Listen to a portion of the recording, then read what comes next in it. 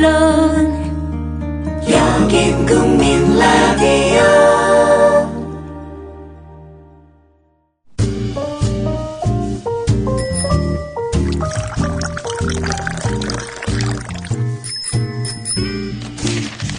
아침 신문 귀로 읽기 김용민 PD의 조간 브리핑. 때는 바야흐로 힘없는 백성의 울분이 한겨울 눈처럼 소복소복 쌓여만 가는 2014년. 신여성스러운 그 이름 마녀 톡톡. 아이고 여보 영감, 신선한 야채는 삶아서 맛 좋은 과일은 신선함 그대로 동결 건조한 해땡 주스래요. 마누라야, 그럼 영양소 파괴 없이 한 봉지에 담겼겠구먼. 한 봉지를 얼른 물에 타주시오. 읽고 있는 변사도 해땡 주스 마녀 톡톡 한잔하고 싶구나. 여름 푸드 스토리의 마녀 톡톡. 지금 바로 검색창에 마녀 톡톡을 검색하시라.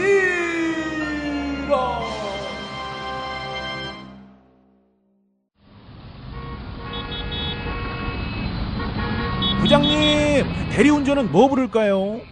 대리운전 블랙박스 주는 1800-6606 대리운전이 있지 않은가? 20회 이용시 블랙박스를 주는 1800-6606 블랙박스 대리운전이요? 그럼 검색창에 블랙박스 대리운전을 검색해보게. 홈피에는 다양한 사은품들도 있다네. 저기 부장님, 블랙박스 대리운전에서는 국민TV에 후원도 한다면서요. 자네도 블랙박스도 주고 후원도 하는 1800-6606 이용하게. 역시 대리운전은 1800-6606.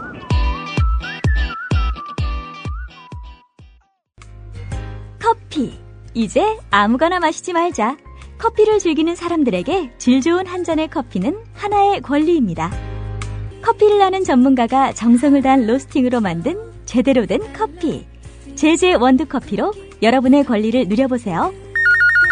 02-749-1002. 주소창에는 카페제제.co.kr, 그리고 검색창에는 카페제제를 검색하세요. 카페제제는 서울 용산구에 위치해 있습니다. 카페제제는 카페가 아닙니다. 커피 전문 인터넷 쇼핑몰입니다. 헷갈리지 마세요. 네, 7월 23일자 주요 조간이 전하는 기사 살펴보겠습니다. 김용민 PD의 조간 브리핑입니다. 안녕하십니까? 네, 안녕하십니까? 예, 아무래도 예상했던 대로 예, 유병헌 씨 이 사체 발견 소식이 지면을 거의 덮고 있군요. 그렇습니다. 6월 12일에 전남 순천 야산 매실밭에서 발견된 변사체가 세월호의 실소유주인 유병헌 전세 모그룹 회장으로 확인됐다고 경찰이 밝혔는데요. 변사체 발견 때 이미 부패가 심해서 식별이 어려울 정도였다니 실제 사망은 그보다 훨씬 전일 것이다라는 그런 의혹도 제기되고 있습니다. 그 사이에 정부는 유병헌 씨를 잡겠다면서 군 병력까지 동원해서 해안을 봉쇄하고 전국적인 검문 검색을 벌였고 반상회까지 열었지요. 예, 그런데 이런 온 나라를 뒤흔든 수사, 결국 유병헌 유령에 대한 검거소동이었다, 이렇게 볼 수밖에 없습니다. 한겨레가 예. 그래서 오늘 사설 제목을 황당한 유병헌 유령 검거소동이라고 제목을 붙였는데요. 관련한 소식은 많이 접하셨을 테고 뉴스 이면의 소식들을 한번 좀 짚어보겠습니다.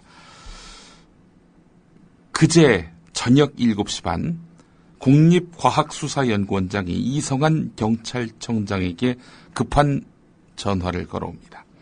이성한 청장은 국회의에서 이제 발언 중이었는데 말이죠. 때마침 쉬는 시간이었습니다. 국립과학수사연구원장이 뭐라고 전화를 했느냐. 순천에서 의뢰한 변사자 DNA가 유병헌 씨 DNA와 일치하는 것으로 나왔다. 이랬다는 겁니다. 유병헌 씨가 죽었다는 충격적인 통보였던 거지요. 이성한 청장은 그전까지만 해도 나를 비롯해 모든 경찰이 유병헌 씨가 죽었을 거라는 생각을 한 번도 못하고 있었다. 이렇게 말했다고 하는데요. 무엇보다도 이성한 청장으로서는 순천에서 수상한 시신이 나왔습니다. 이 DNA 검사를 한번 해봐야 되겠고 유병헌의 DNA와 일치하는지도 따져봐야 되겠습니다. 이런 보고를 받은 기억이 전혀 없었다는 겁니다. 경찰청이 발칵 뒤집혔습니다. 이성한 청장이 대체 이게 무슨 일이냐 라면서 소리를 쳤다고 하는데요. 경찰청 강력과에서 순천경찰서로 국과수의 의뢰를 맡겼다는 변사 사건이 뭐냐라는 불호령이 떨어졌다고 하는데 순천경찰서도 당황했습니다. 지난 6월 12일 고령의 노숙자라고만 여긴 채 DNA 분석을 의뢰한 변사자가 유병헌이란 통보, 이 통보를 받고 그야말로 순천경찰서도 뒤집어졌다는 얘기입니다. 경찰 관계자는 순천경찰서는 이 변사자가 유병헌일 수도 있다는 것을 상상도 못했고 상부에 보고도 하지 않은 상태였다 이렇게 말했다는 겁니다. 경찰 수뇌부는 그래서 저녁 8시부터 인천지검과 대검에 이 사실을 알렸고 이성한 청장이 국회 일정을 마치고 돌아온 밤 11시 긴급 회의를 가졌습니다. 경찰청이요. 회의가 진행 중일 때 한 간부의 휴대폰 카카오톡으로 변사체 발견 당시 함께 나온 유류품 사진과 관련 보고서가 나왔는데 이거 유병헌과 유관해 보이는 그런 증거들이 이렇게 전송됐던 겁니다. 경찰 관계자는 정말 큰일 났다는 생각이 들었다라고 말했다고 하는데 경찰은 순천경찰서에다가 변사자의 유류품을 다시 확인하라 이렇게 지시하기도 했습니다.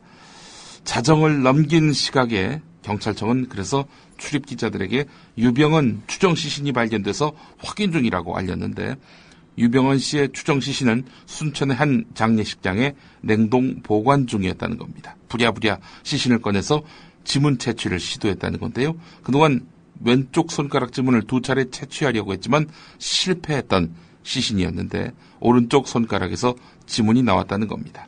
새벽 1시 20분 지문 대조 결과가 나왔는데 유병헌의 지문으로 확인됐다는 겁니다. 이게 바로 오늘 조선일보 3면에 실린 그제와 어제까지의 상황들입니다. 조선일보 보도 내용이었습니다. 오늘 국민일보 일면 보도를 보면은 다른 신문에 없는 기사가 있습니다. 어제 이성한 경찰청장이 청와대 불려갔다는 겁니다. 작살났다 이런 표현까지는 없습니다만은 대략 읽어보면은 그런 분위기였던 것 같습니다. 낮 3시쯤에 청와대에 도착해서 유병헌 전 회장 시신을 그동안 왜 확인하지 못했는지에 대해서 김기춘 실장에게 보고한 것으로 알려졌는데 청와대에 짧지 않은 시간 머물렀다고 하는군요. 경찰의 초동대처 미흡을 인정한 것으로 알려졌는데 또 김기춘 실장으로부터 경찰력을 최대한 동원했음에도 불구하고 우왕좌왕하면서 시간만 허비했고 유병헌 시신을 확보하지도 못한 이런 책임을 강하게 물었다고 합니다. 강한 질책을 받은 것으로 전해졌다. 기사는 이렇게 당시 상황을 소개하고 있습니다. 김기춘 비서실장의 호출, 이건 이성한 경찰청장에 대한 경질수순이라는 해석도 나온다고 국민일보는 전하고 있는데요. 박근혜 대통령이 거듭 유병헌 검거를 지시하는 사이에 검찰은 당사자 시신조차 확인하지 못한 책임을 면하기 힘들다는 이유입니다.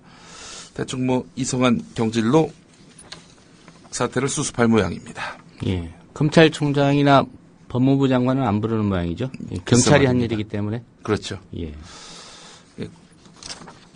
우리 박근혜 정권의 그 특기 중에 하나가 바로 꼬리 자르기 아니겠습니까? 세월호 참사, 유병헌으로 꼬리 자르기.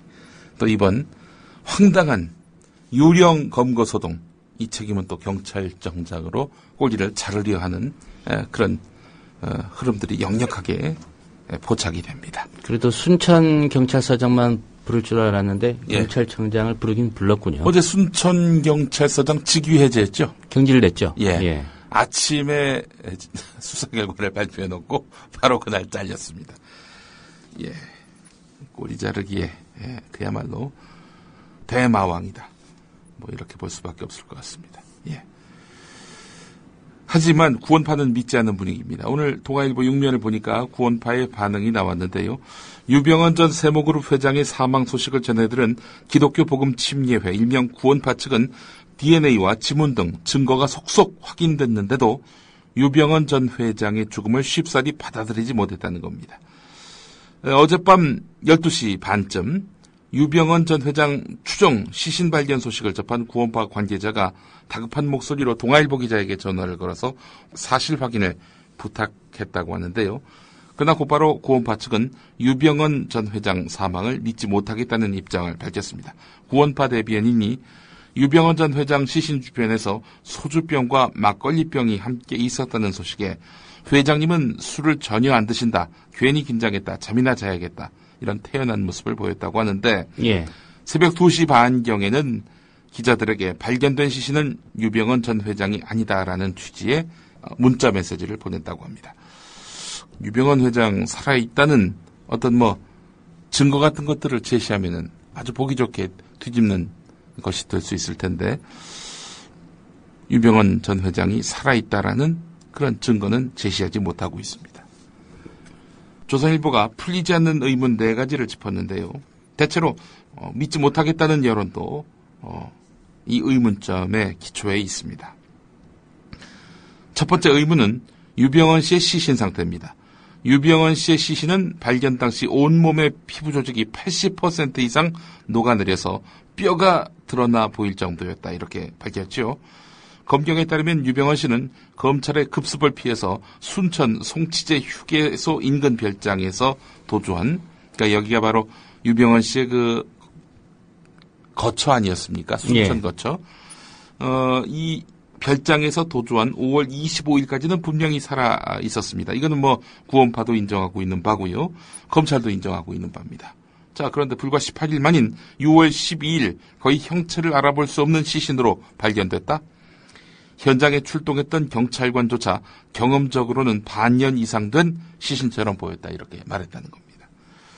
이에 대해서 법의학자인 이윤성 서울대 의대 교수는 초여름 산기슭과 같은 다습한 환경에서 구더기 같은 곤충이나 야생동물에 의한 훼손이 함께 일어나서 백골화가 급속히 진행됐을 가능성이 있다. 이렇게 말했다고 하는데요. 실제로 발견 당시 유병헌 씨 시신에서는 다수의 구더기가 발견됐다고 합니다. 그리고 또 하나가 바로 술병입니다. 숨진 유병헌 씨 곁에서 발견된 물건들도 유병헌답지 않은 것들이 많았다. 이런 이야기입니다. 술은 전혀 마시지 않는 것으로 알려진 유병헌 씨가 남긴 가방 속에서 막걸리 빈병 1병과 소주병 빈병 2병이 이렇게 발견됐다는 건데, 빈 소주병 2병 가운데 하나는 10년 전에 출시가 중단된 옛 소주 브랜드도 있었다는 겁니다. 경찰 관계자는 실제로 유병헌 씨가 술을 마셨는지 안 마셨는지는 알 수 없다. 분명한 것은 유병헌 씨가 술병을 가방에 넣어서 보관하고 있었던 것이다. 이렇게 말했다는 겁니다. 유병헌 씨가 평소 유기농 식품만 고집하는 것으로 알려졌는데, 이 숨진 유병헌 씨 가방에서는 패스트푸드용 머스타드 소스와 육포가 또 발견됐다고 합니다. 이게 대체 무슨 일인지. 또 하나의 의혹은요, 숨진 유병헌 씨 유류품 속에는 쫓기는 사람에게는 없어서는 안 될 것들이 보이지 않았다는 겁니다. 대표적인 것이 바로 안경인데, 유병헌 씨는 늘 안경을 쓴 모습으로 대중 앞에 나타났습니다.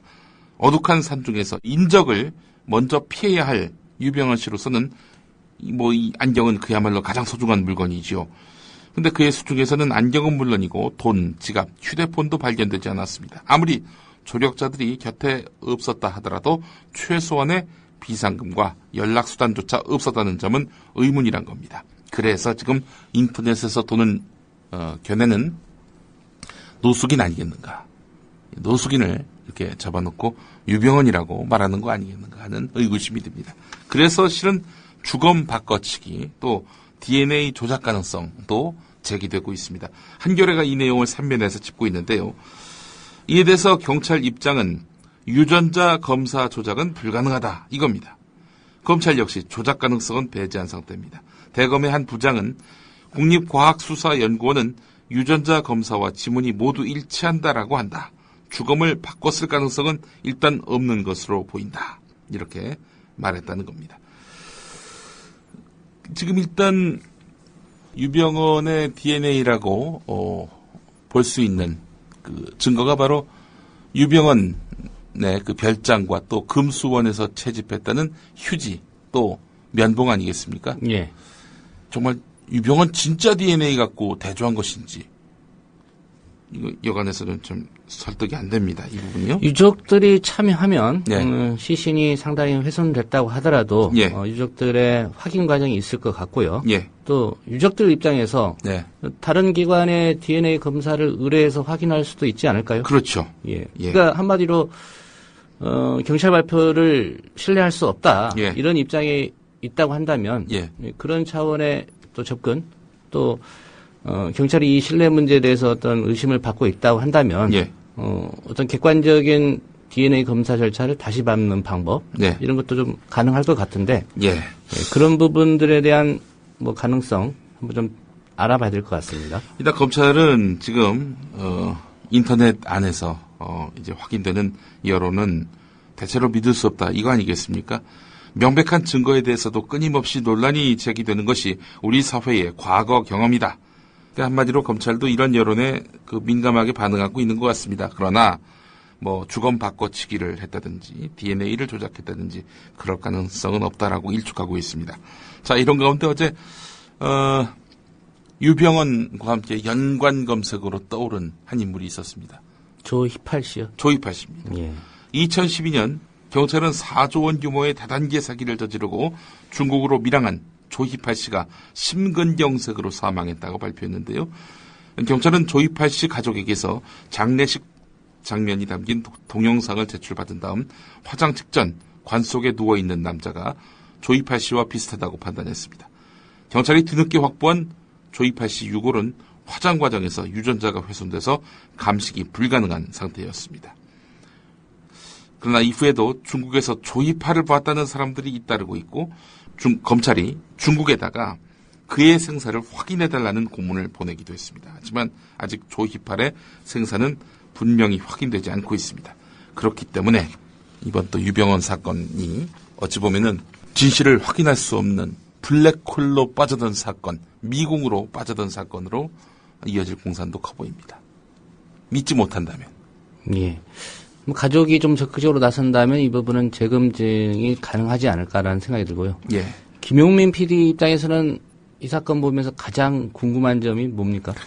저는요, 아니, 시신이 어떻게, 이게 20일도 안 돼가지고 그렇게 부패되고, 한 80% 정도 백골이 드러났다는 거 아닙니까? 저는 좀 납득이 안 돼요, 그게. 예. 어제 그 다른 방송에 출연한 법의학 전문가의 얘기로는 네. 가능은 하다라는 입장이었고요. 예. 제가 갖는 궁금증 중에 가장 좀 설득력이 있었던 거는 네. JTBC의 김관 기자가 그 시신이 발견된 예. 현장에서 한 리포트였는데요. 예. 그 매실밭의 주인이 네. 거의 매일 매실밭을 간답니다. 아. 그러니까 예. 그 시신이 그렇게 부패될 동안에 못 봤을 리가 없다. 예. 한마디로 말해서 죽은 다음에 예. 시신의 부패가 어느 정도 진행된 다음에 네. 그곳에 옮겨졌을 수도 있다. 아. 이런 부분을 지적하는 리포트가 있었는데요. 예. 그 부분이 좀 설득력이 있게 좀 들렸습니다. 특히 그 6월 초면은 매실을 막 딸 때 아니겠습니까? 5월하고 6월이 그러한데 시신이 그렇게 부패되는 와중에서도 몰랐다. 이거는 좀 납득이 안 되는 부분입니다. 예. 그 밭의 주인이 뭐 며칠에 한 번씩 가는 게 아니라 예. 거의 날마다. 매일 그 밭을 가서 예. 살펴본다는 거죠. 예. 예, 그래서 좀 그 지적이 좀 설득력이 있는 게 아닌가라는 생각이 들었습니다. 예. 중앙일보 8면 보겠습니다. 세월호 유족들은 유병헌 사망 확인 소식에 어떤 반응을 보였을까? 유경근 대변인은 중요한 피의자가 사망했으니 세월호 진상규명이 제대로 될지 의문이다. 이렇게 말했습니다. 이 무슨 얘기냐? 이제부터 세월호 관련자들, 죄 지은 사람들 두 다리 쭉 뻗고 잘 것 같다. 이라는 한 그 유가족의 말이 있었는데요. 유병헌이 잡히면 굴비 엮듯 쇠고랑 찰 사람들이 많았을 것이다. 이런 말을 했습니다. 그러니까 이미 붙잡혀 재판을 받는 이준석 선장 같은 사람들 역시 저는 모르는 일이에요. 다 유병헌이 시킨 일이에요. 라면서 망자에게 책임을 다 돌리면은 이 처벌하기 곤란해지지 않느냐 이런 우려입니다. 예. 타당한 지적입니다. 자, 이런 가운데 정치권도 비상한 관심을 보이고 있는데요. 중앙일보 8면을 보겠습니다. 일단 새정치민주연합은 이건 뭐 세월호 특별법 제정에 더 큰 명분이 실렸다 이렇게 보고 있습니다. 검찰과 경찰에게 사건을 맡길 수 없다는 증거 아니겠는가? 세월호 진상조사위원회에 수사권을 부여하거나 조사위원회 안에 특검을 도입하는 방향으로 특별법을 제정해야 한다라면서 새누리당을 압박했다는 겁니다. 맞죠? 유병헌에 대한 그런 사건 종결로 인해 가지고 결국 유병헌은 책임을 질 수 없는 상황이 됐고요. 이로써 이런저런 모든 책임을 다 유병헌에게 뒤집어 씌우는 이런 흐름으로 갈 수 있다는 거죠. 이 무능한 검경, 권력의 눈치를 보는 검경에게 맡겼다가 말이죠. 따라서 세월호 특별법 어떻게든 제정을 해야 된다는 것이 새정치민주연합의 입장입니다. 그런데 왜 송우창 의원은 유병헌의 시신이 발견됐기 때문에 재보선이 더 어려워졌다 이렇게 말하는 것일까요? 저는 아무리 생각을 해도 이게 뭐 야당에게 호재가 될 리도 없겠지만은 악재가 될 여지가 과연 있어 보이는가라는 생각도 들고요. 도리어 어찌 보면은 이런 무능하기 이를 데 없는 정부, 검경 이 책임을 제대로 추궁한다면은 이거 뭐 여당에게 불리한 거 아니겠습니까? 그런데 왜 유병헌의 시신이 발견됨으로써 야당에게 불리하다. 송우창 의원은 그렇게 이야기를 했는지 뭐 여간에서는 잘 납득이 되지 않습니다. 정치 이야기로 자연스럽게 넘어가 보겠습니다. 동아일보 8면입니다. 김한길 대표가요. 새정치민주연합의 아성인 전남 순천으로 달려갔다고 합니다. 광주 전남에서 지금 올인하고 있는 것 같아요. 왜 그 전남 순천 곡성으로 달려가느냐. 서가번 후보의 SOS 요청 때문입니다. 김 대표는 박근혜 대통령의 유일한 호남 측근이란 사람이 지역을 위해 한 일이 도대체 뭐가 있느냐라면서 새누리당 이정현 후보를 비판했다고 하는데요. 예. 사실 순천 곡성은 새정치연합의 안방이지만 여론조사 결과에서 보면 이정현 돌풍이 심상치 않다는 겁니다. 오차범위 안에서 이렇게 격전을 벌이고 있는 여론조사 결과도 나왔지요. 현지에서는 당선되면 집권 여당 인사로서 지역에 예산을 폭탄처럼 투하하겠다는 이정현 후보의 예산 폭탄 공약이 주민들에게 먹혀 들어가고 있다. 이런 분석입니다. 새정치연합 핵심 관계자는 박근혜 대통령의 복심에게 안방을 내어준다면 당의 존립 이유가 사라진다라면서 우려했다고 하는데요. 그래서 다급해진 그 김한길 대표가 순천으로 달려갔다는 건데요. 오는 주말쯤에는 또 안철수 공동대표도 순천에 달려갈 예정이라고 합니다. 예. 제가 보기에는 이 두 사람이 가는 게 네. 오히려 좀 역효과가 나지 않을까라는 생각도 듭니다. 예. 예. 그런 민심도 좀 만만치 않은 곳이기 때문에. 한쪽에서는 내가 유능하다 이렇게 외치고 있는데 무능한 당대표로 낙인 찍힌 분들이 내려가서 우리가 남이가 뭐 이러면은 과연 순천 곡성 주민들에게 어떤 반응을 살지 이것도 상당히 궁금해지고 말이죠. 예. 동아일보 정치면 10면에 또 주목되는 기사가 있습니다. 현역 국회의원 30여 명이 의원 겸직 심사에서 불가 판정을 받은 것으로 알려졌다는 겁니다. 국회 관계자에 따르면 국회 윤리심사자문위원회가 올 3월부터 지난달까지 심사와 재심사를 벌인 결과 국회의원 30여 명이 겸직하고 있는 60여 개의 자리가 공익 목적의 명예직에 해당하지 않는다라는 그런 판단을 내렸다는 겁니다. 뭐 이제 영리와 연관됐다 뭐 이런 이유 등으로 해가지고 그런 양다리는 안 된다라는 판정을 내렸다는 거죠. 예. 자, 최종 보고서를 보니까 말이죠. 새누리당 문대성 의원의 대한체육회 이사직에 대한 겸직 금지 이걸 뭐 철회한 내용이 있고요. 그리고 청소년 관련 단체 직위를 갖고 있는 일부 의원도 예외로 하긴 했는데 겸직 불가 통보를 받은 일부 의원들 그렇게 해서 이제 한 30여 명 된다는 겁니다. 누가 있느냐? 국회 부의장을 지낸 새누리당 이병석 의원, 사단법인 대한야구협회 회장 자리, 또 원내대표 출신의 새정치연합 전병헌 의원의 한국 e스포츠협회 회장, 뭐 게임 같은 것들을 e스포츠라고 하지요. 예. 한국 e스포츠협회 회장 이 자리 의원이 겸직하면 안 됩니다. 라면서 불가 통보를 내렸다는 겁니다. 또 이 김영환 의원 치과 의사기도 한데요. 의료업을 할 수 없다. 이렇게 또 판정을 내렸다고 하고 말이죠. 예. 이런저런 이유로 해서 겸직 불가 통보받은 의원이 한 30명 된다는 겁니다. 예. 황우여 사회부총리 겸 교육부 장관 후보자가 서울, 포항 등에서 해군 장교로 복무하면서 대학원 박사과정 4학기를 다닌 것으로 드러났다는 겁니다. 오늘 한겨레가 8면에서 보도하고 있는데요. 낙마한 문창극 총리 후보나 청문회 과정에서 잘못을 인정했던 정종섭 안전행정부 장관 등의 경우처럼 주간대학원을 다닌 것으로 확인되면서 군복무 특혜, 아울러 위수지역 이탈 논란이 일 것으로 보인다는 겁니다. 황우여 교육부 장관 후보자가 다닌 학교가 서울대학교였네요. 배재정 새정치연합 의원실이 서울대로부터 받은 자료와 군 기록을 보면 황우여 후보자는 1969년 사법시험에 합격한 다음 1971년 3월부터 1974년 1월까지 34개월 동안 해군 법무장교로 임관해서 포항해병부대와 서울해군본부의 법무감으로 재직을 했는데 이 기간 동안에 서울대 법과대학원 박사과정에 입학을 했다는 겁니다. 그래서 4학기를 이수한 것으로 되어 있는데 서울대에는 야간이나 주말을 이용해서 학점을 이수할 수 있는 대학원이 없었다는 점, 이 점을 고려한다면 이건 군형법상 군무 이탈죄에 해당될 가능성이 높습니다. 이에 대해서 보고서를 제출하면은 학점을 이수할 수 있었다. 신고하면 가능했다. 이렇게 주장하고 있다고 하는데 말이죠. 이거 실체를 좀 제대로 파악해야 될 것 같습니다. 신임 주일대사의 사선 국회의원 출신의 유흥수 한일친선협회 이사장이 내정된 것으로 알려졌는데요. 아베 신조 총리 부친 때부터 다져온 일본 정계와의 폭넓은 인맥이 강점으로 꼽혔지만 이분이 지금으로부터 10년 전 2004년 제 나이 31살 때 정계를 은퇴한 고령 인사입니다. 올해 나이가 만으로 77이군요. 예, 제 나이가 41입니다.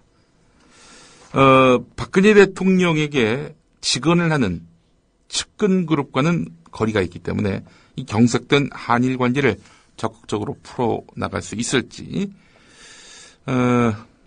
의문이라는 겁니다. 게다가 50 인사거든요. 50 인사입니다. 전두환 정권의 첫 치안본부장, 지금의 경찰청장을 지냈고요. 충남도지사, 대통령 정무 2수석을 역임한 다음 부산을 지역구로 해서 12대, 14대, 15대, 16대 국회의원을 역임했습니다. 이런 분들, 올드보이를 이렇게 마구 기용하고 있는 이런 박근혜 정권 말이죠. 김기춘 실장과의 어떤 친분, 인연이 이번 인사에 작용된 것 같다는 분석이 많습니다. 유홍수 내정자는 경남중학교를 나오고 김기춘 실장은 경남고를 나와서 어쨌든 경남 배지를 달았던 경남중고등학교 동창회 멤버고 서울대 법학과를 같은 해 졸업한 인물입니다. 그래서 김기춘 실장 인사가 아니겠는가 하는 그런 평가를 또 받고 있습니다. 세월호 참사에 대한 그런 책임을 질 위치에 놓여있는 김기춘 실장 계속해서 인사가 집중되고 있습니다. 또 다른 사고가 우려됩니다. 박근혜 대통령이 이번 휴가를 어떻게 보낼 것인가 조선일보가 6면에서 다뤘나요? 예, 대통령 휴가 조용한 여름 휴가를 보내기로 했다고 합니다. 청와대에서 어디 가지 않고 작년에는 거제에 저도를 다녀왔었죠. 이번에는 청와대에서 조용히 휴가를 간다는 건데 이게 기사로 나오는군요. 예. 당초에는 박근혜 대통령이 휴가를 가지 않는 방안도 검토됐지만은 내수 경기 부진 해결을 위해서 대통령이 솔선해야 한다는 지적에 따른 것으로 알려졌습니다. 휴가는 늘 즐기시지 않나요? 세월호 참사 당일에도 한 7시간 동안 뭘 하셨는지는 모르겠지만 여간 대통령으로서의 직무를 수행하지 않으셨던 우리 박근혜 대통령 아닌가요? 뭘 따로 휴가까지 가시는지 하는 그런 의문도 듭니다. 마지막으로 한겨레 8면 기사를 보겠습니다. 한국기자협회가 문창극 동영상을 보도한 KBS에 대해서 이달의 기자상을 수여하기로 했습니다. 방송통신심의위원회 산하의 방송심의소위원회가 이 보도에 대해서 사실상 법정 제재 결정을 내리기 전 단계인 관계자 의견 진술 청취를 결정하지 않았습니까? 교묘한 영상 편집이었다. 그야말로 짜깁기 편집이었다. 이런 식으로 매도를 했는데 기자협회는 상을 주기로 했다는 겁니다. 권력에 가까운 인사들이 다수를 차지한 곳에서는 매를 들지만 기자협회에서는 상을 준다는 얘기입니다. 안타깝긴 합니다만은 사실 KBS와 같은 날, 같은 시간에 저희가 문창극 보도하지 않았습니까? 근데 저희는 기자협회에 소속되어 있지 않아가지고 상은 받지 못합니다. 예. 정확히 말하면 좀 늦었습니다. 예. 근데 같은 시간이라고 말씀을 드렸죠. 예. 또 저희가 동영상 내용을 이미 포착한 때가 오전 때이고 그래서 보도 시간이 조금 늦긴 했지만 동시 보도라고 봐야 마땅하지 않겠나 싶은데 여간 KBS는 상을 받게 됐습니다. 상 받을 일을 벌 주는 이런 박근혜 정권의 무도한 언론 장악 음모 규탄하지 않을 수가 없습니다. 오늘 여기까지입니다. 예. 김용민 PD의 조간 브리핑 잘 들었습니다. 예. 대통령의 눈물 몇 방울에 이미 완전히 침몰한 세월호는 또 한 번 물속으로 가라앉았습니다. 수학여행을 가던 길이었는데 정말 다행스럽습니다. 전원이 다 구조됐다는 소식, 이 소식 전해드립니다. 군 당국은 해군 함정들은 물론이고 육군과 공군까지 동원 가능한 모든 전력을 침몰 사고 현장에 급파했습니다. 그 담화 내용을 보면요, 예상을 뛰어넘은 일종의 국민들한테 좀 충격을 좀 준 것 같습니다. 그런 면에서 본다면 대통령의 이제 담화는 매우 성공적이었다, 저는 그렇게 보여지고요. 유병헌 씨의 도피를 돕다가 체포된 30대 여성 신모 씨의 모발과 순천 별장에서 가져온 체액이 묻은 휴지의 DNA 검사 결과가 언론이 사회의 공기라고요? 갈 길을 잃어 표류하면 흉기가 될 수 있습니다. 권력과 자본으로부터 완벽하게 독립한 협동조합 언론, 미디어 협동조합. 조합원이 돼 썩지 않도록 계속 커가도록 힘이 돼주십시오. 조합원 가입은 미디어 협동조합 국민TV 홈페이지에서 하실 수 있습니다.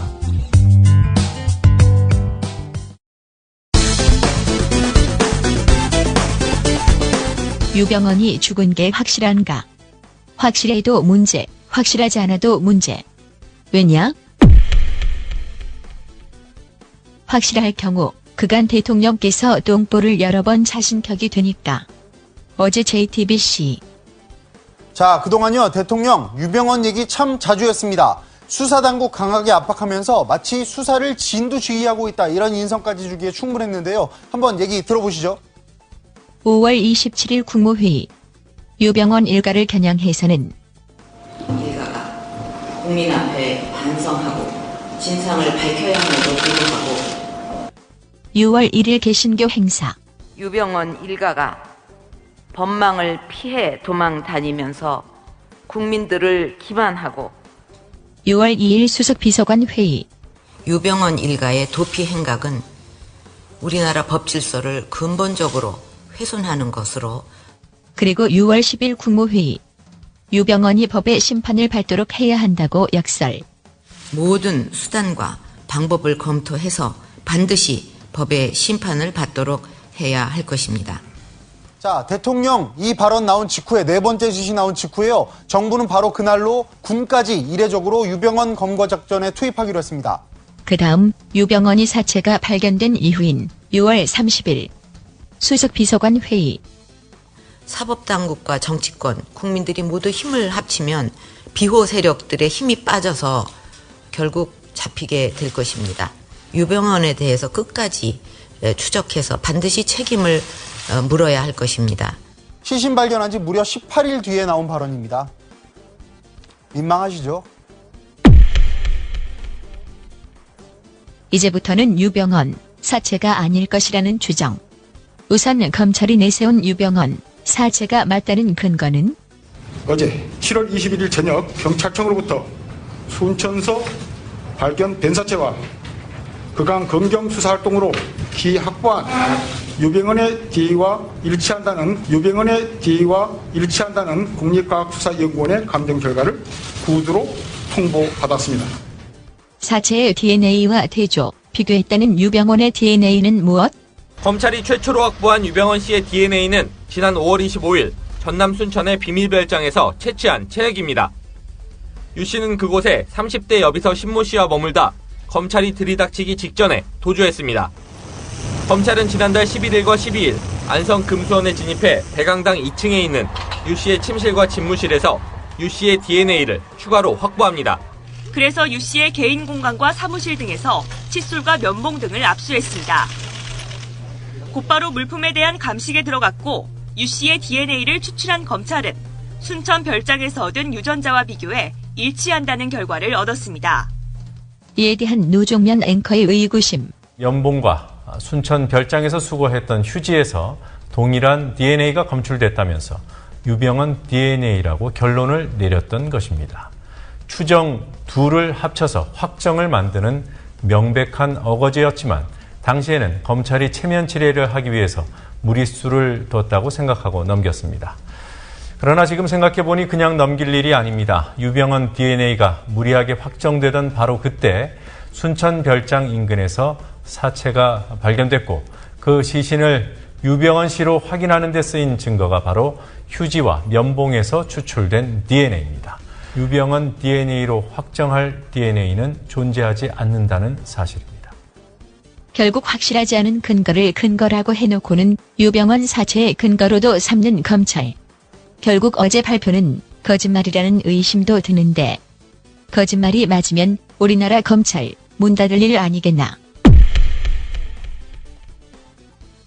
그런데 어제 발표하던 순천경찰서장의 기막힌 형용무순 들어보셨나요? 확실하다면 확실하다고 해야지. 확실하다고 추정할 수 있다는 말을 합니다. 확실하다고 추정한다? 다음은 유병헌님이 확실하다고 추정할 수 있는 정황 증거 및 감정 결과입니다.